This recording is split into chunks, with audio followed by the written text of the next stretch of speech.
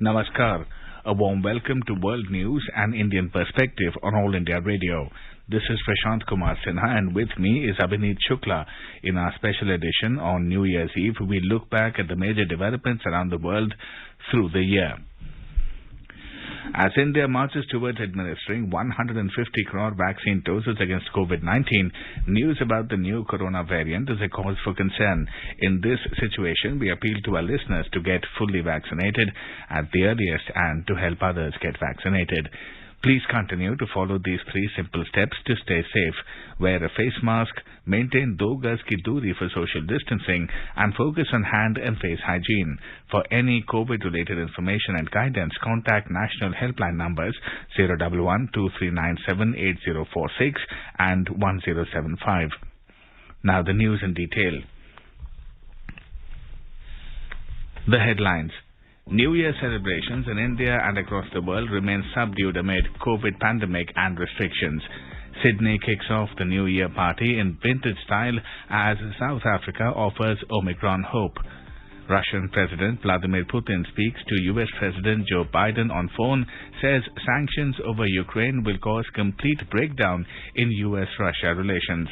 Former South Korean President Park Geun-hye released from jail after serving 5 years of imprisonment in corruption case. And in cricket, India lift Under-19 Asia Cup Championships trophy, defeating Sri Lanka by 9 wickets in the ODI final at Dubai.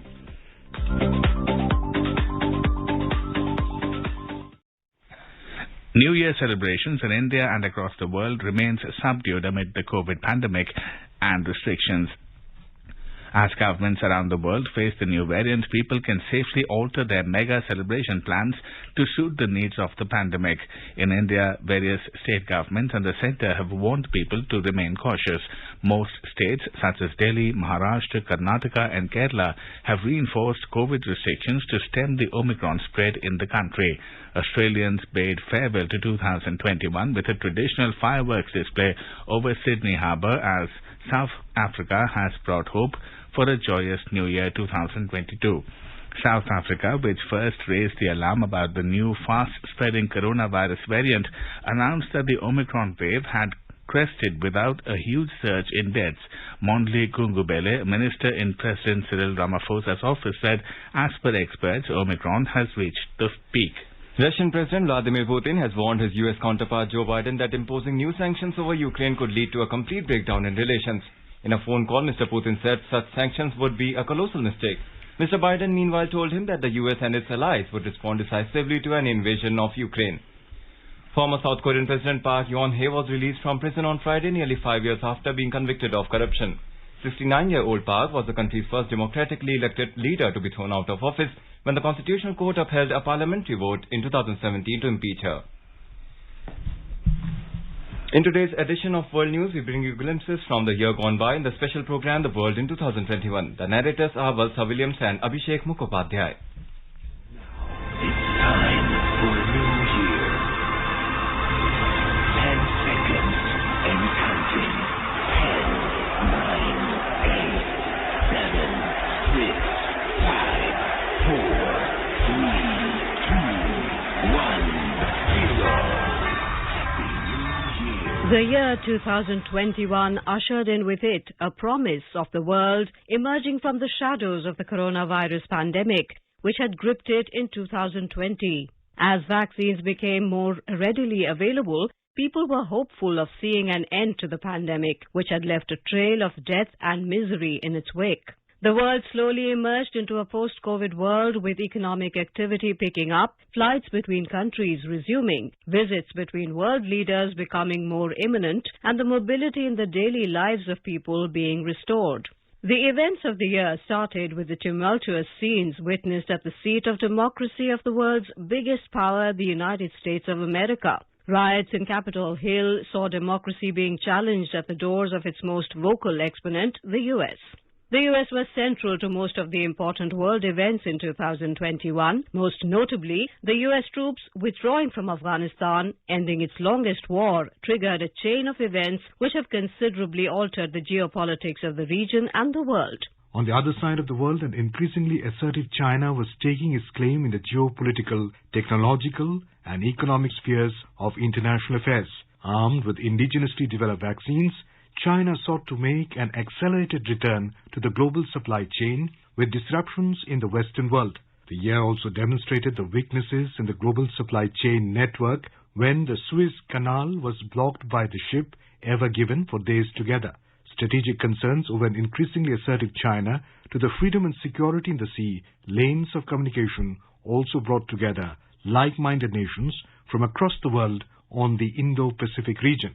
Political turmoil in Afghanistan was preceded by a series of events in Myanmar which saw the military seizing power by forcefully displacing the civilian rule in the country. The political crisis spawned a humanitarian crisis which saw massive protests and aggressive countermeasures in Myanmar, drawing the attention and concern of the entire world. Conflict also marred Ethiopia as the country's president and the 2019 Nobel Prize winner Abiy Ahmed was embroiled in a bloody battle against the rebels in the Tigray region of the country.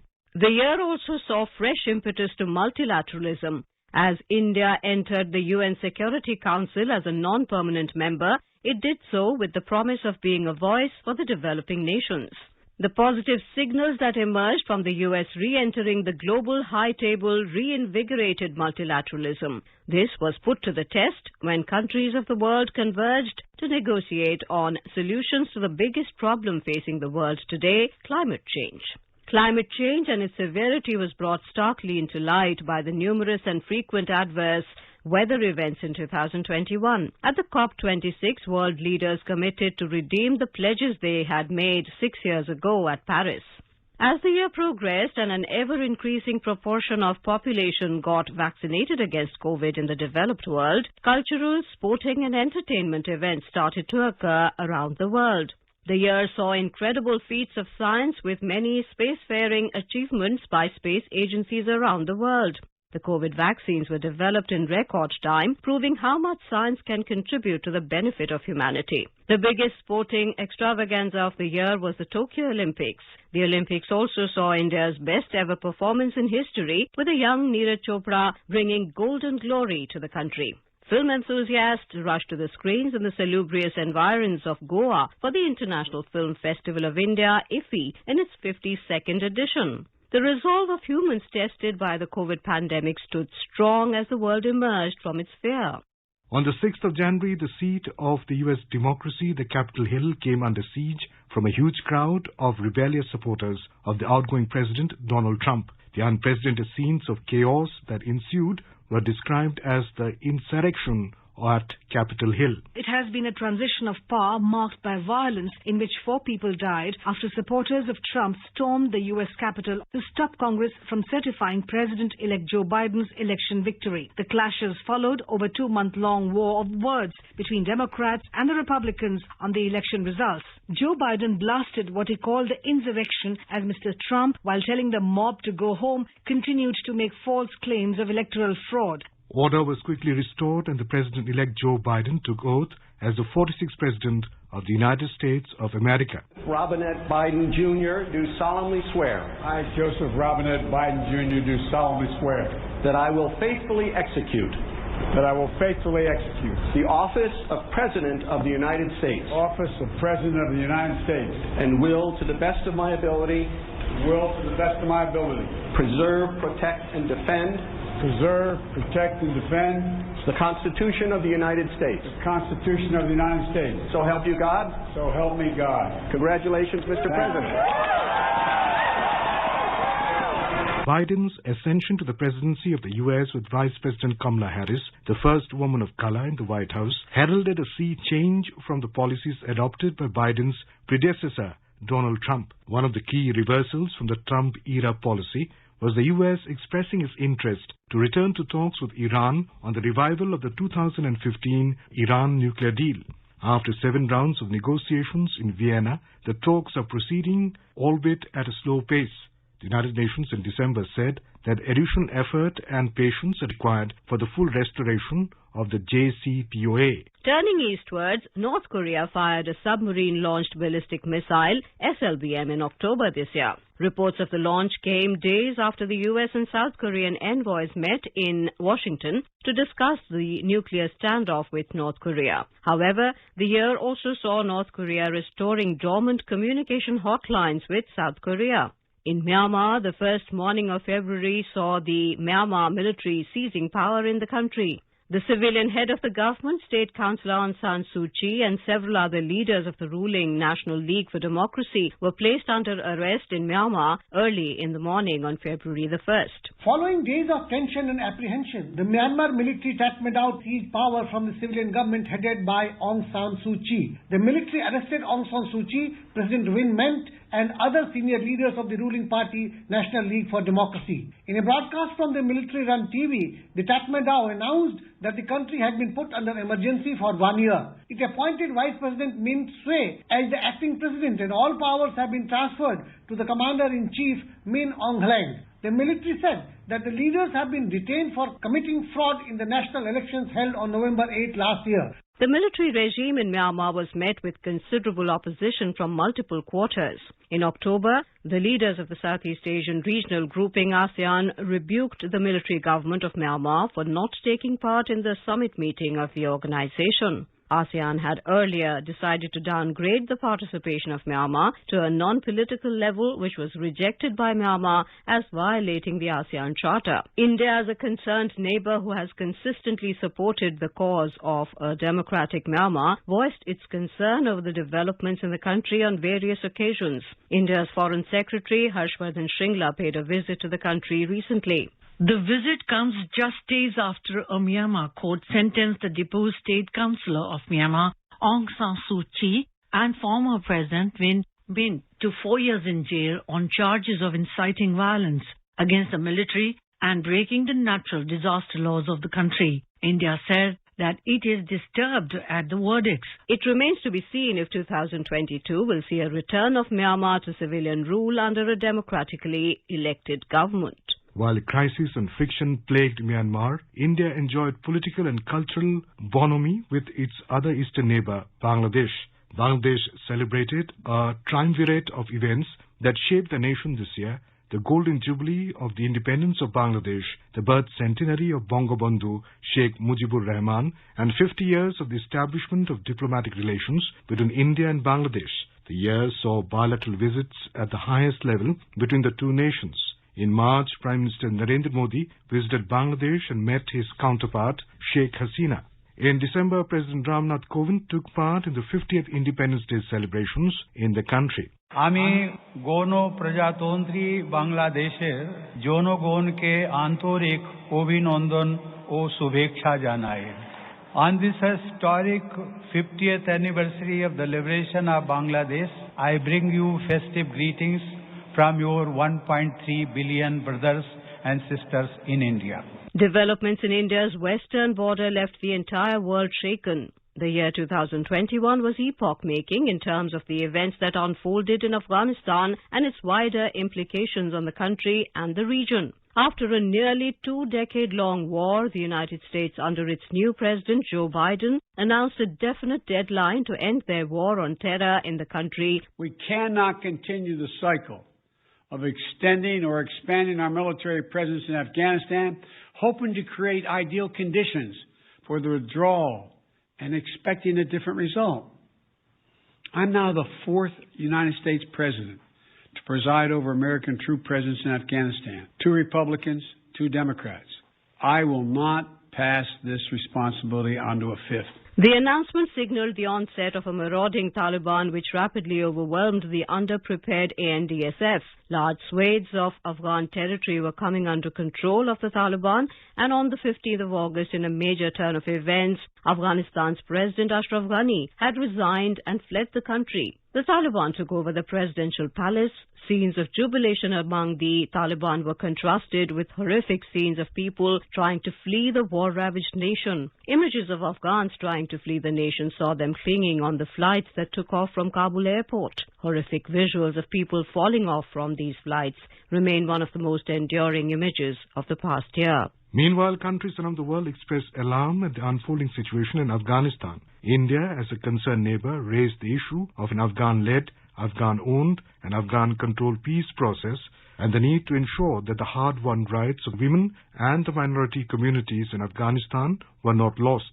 The United Nations held an emergency meeting to discuss the issue. The international community must be united. We must speak with one voice to uphold human rights in Afghanistan. We are extremely concerned about Taliban's not honoring their promises and commitments made in their statements at Doha and other international fora. As a neighbor of Afghanistan, as a friend of its people, the current situation prevailing in the country is of great concern to us in India. Recognizing the wide implications of the Afghan problem for the security and peace in the region, India held the Regional Security Dialogue on Afghanistan in the month of November. The dialogue was attended by the National Security Advisors or Secretaries of the National Security Councils of India, Iran, Kazakhstan, Kyrgyzstan, Russia, Tajikistan, Turkmenistan and Uzbekistan. The Regional Security Dialogue on Afghanistan has emphasized that Afghanistan's territory should not be used for sheltering, training, planning or financing any terrorist acts. The meeting condemned all terrorist activities in the strongest terms and reaffirmed that their firm commitment to combat terrorism in all its forms and manifestations. This is a time for close consultations amongst us, greater cooperation and interaction and coordination among the regional countries.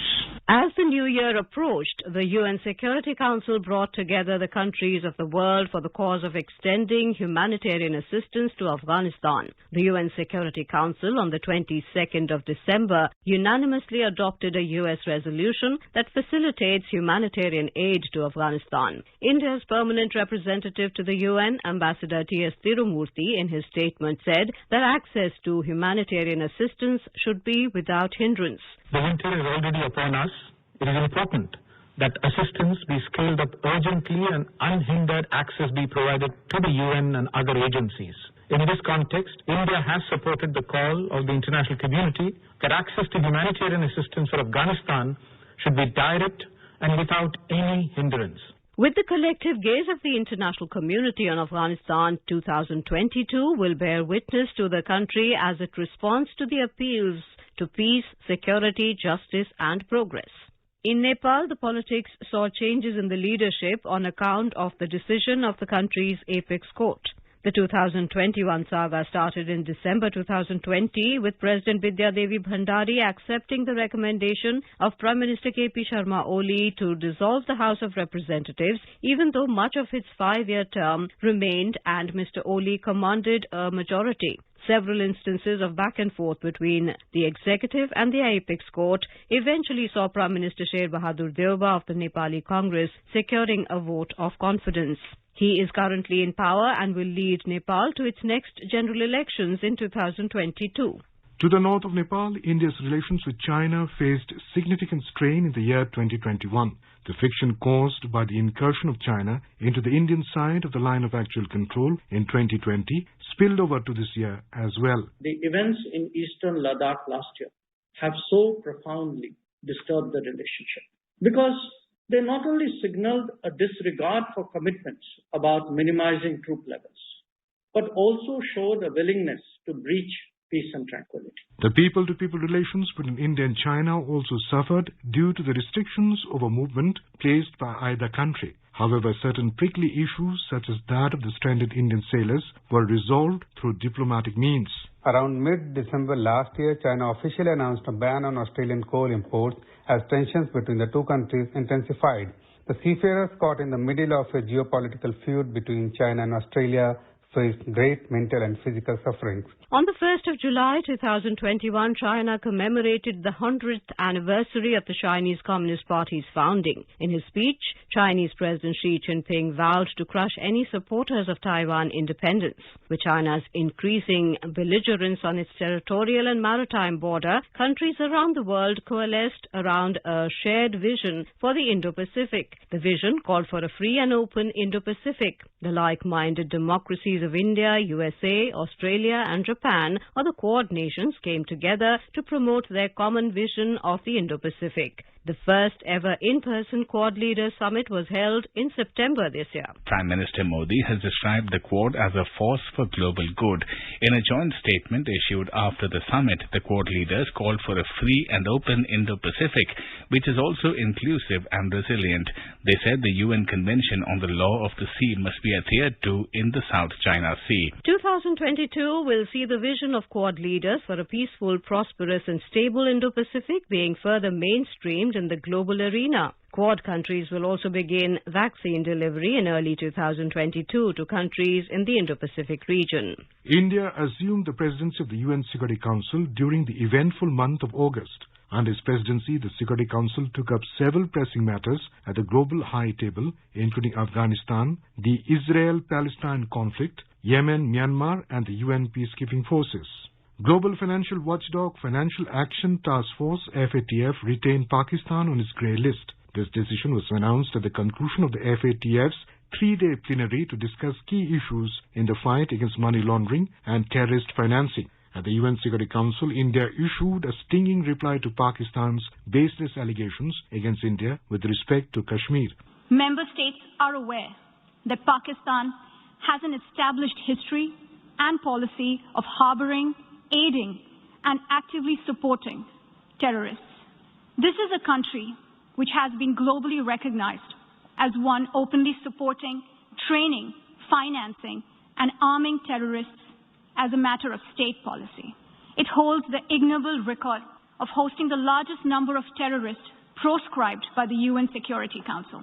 The United Nations was also seized of the ongoing turmoil and resultant humanitarian crisis in the African nation of Ethiopia for the better part of the year. Ethiopian Prime Minister Abiy Ahmed was sworn in for a second 5-year term running a country in the grip of a nearly year-long war. Mr. Abiy, the 2019 Nobel Peace Prize winner for restoring ties with neighboring Eritrea and for pursuing sweeping political reforms, faced major challenges as the war in the Tigray region spreads into other parts of the country. The United Nations, United States and several European nations expressed concern after Ethiopia expelled 7 UN officials that it accused of supporting Tigray forces who are battling the Ethiopian and allied forces.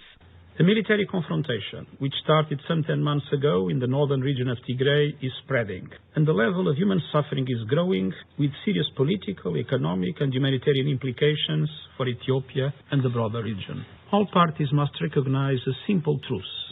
There is no military solution. On Christmas Eve, UN Secretary-General Antonio Guterres urged warring sides to seize the opportunity to bring an end to more than a year of fighting in the Tigray region. Mr. Guterres welcomed the Ethiopian government's announcement that the National Defense Force will pause at its current positions.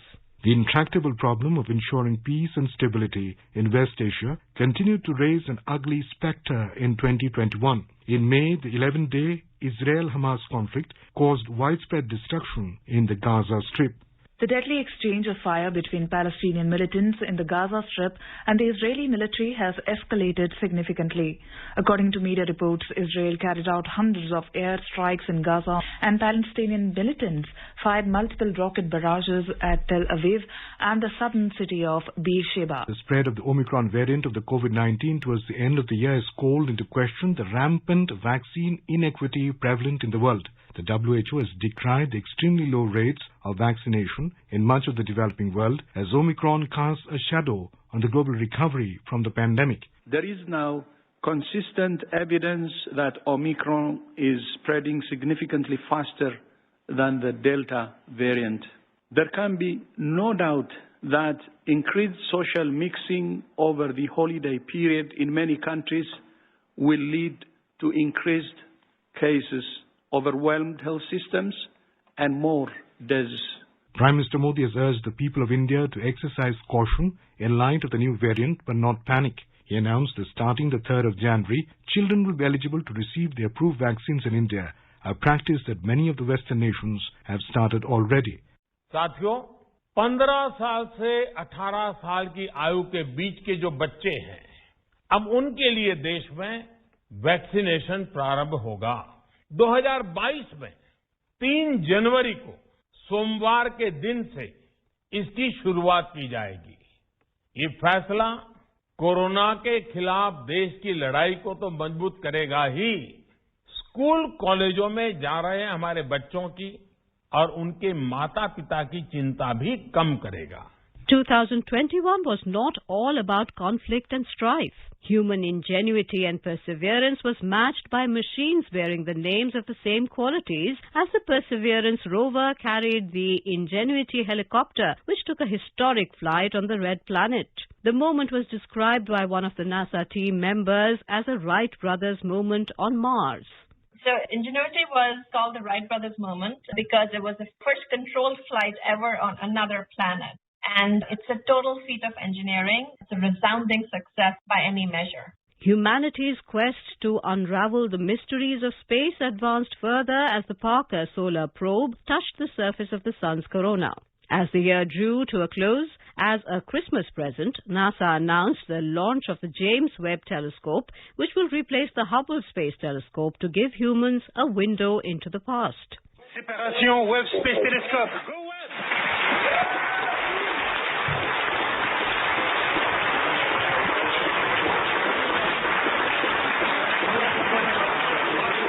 We do have confirmation of observatory separation. The James Webb Space Telescope, amidst applause here in the Mission Control Center, now taking its first steps in pursuit of cosmological discovery. Coming back to the Earth, world leaders congregated to discuss humanity's biggest problem, climate change, at the COP26 summit in Glasgow in November.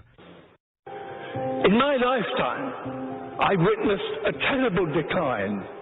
In yours, you could and should witness a wonderful recovery. That desperate hope, ladies and gentlemen, delegates, excellencies, is why the world is looking to you and why you are here. India negotiated an agreement underpinned by the principles of climate justice, equity, and aligned with India's developmental trajectory and priorities. One word, एक शब्द, climate के संदर्भ में one world एक विश्व का मूल आधार बन सकता है, अधिष्ठान बन सकता है।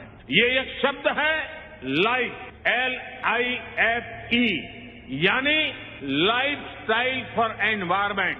2021 was also very eventful, with a multitude of sporting and cultural events taking place around the world. After a long period of uncertainty, the Tokyo Olympics eventually did take place and thrilled sports enthusiasts from around the world. India scripted history at the Olympics with its best ever performance with 7 medals.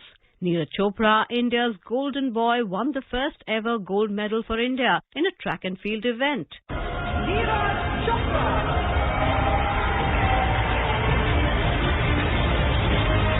I think this is a defining moment for Indian sport. For the first time ever, a medal in gold for India coming from track and field. For Neeraj to come on the big stage, his first Olympics, shatter the field and win a gold is very, very special. This is inspirational, and I don't mean it as a cliche. In more sporting zeniths being scaled, Lionel Messi won the Ballon d'Or for a record 7th time, beating Polish superstar Robert Lewandowski. On the racetrack, a young and fearless Max Verstappen beat Lewis Hamilton to the podium at the Abu Dhabi Grand Prix to win the tournament. The British superstar Lewis Hamilton received knighthood for the purely dominant force that he has been on the F1 track for years. The championship can only be won by one, and it's going Dutch in 2021. Max Verstappen, for the first time ever, is champion of the world. Oh my Lord! The year 2021 proved that the spirit of collaboration and collective effort offers a way out of the most pressing problems that the world faces today. As the first rays of light reach the eastern shores and usher in the new year, it brings with it a hope and a promise of a better world. In cricket, India lifted under-19 Asia Cup by defeating Sri Lanka by 9 wickets in a rain-interrupted one-day international final in Dubai through Duckworth-Lewis turn method. And now to end, let's listen to Mahatma Gandhi's favorite bhajan, Vaishnava Jan, by artists from Australia.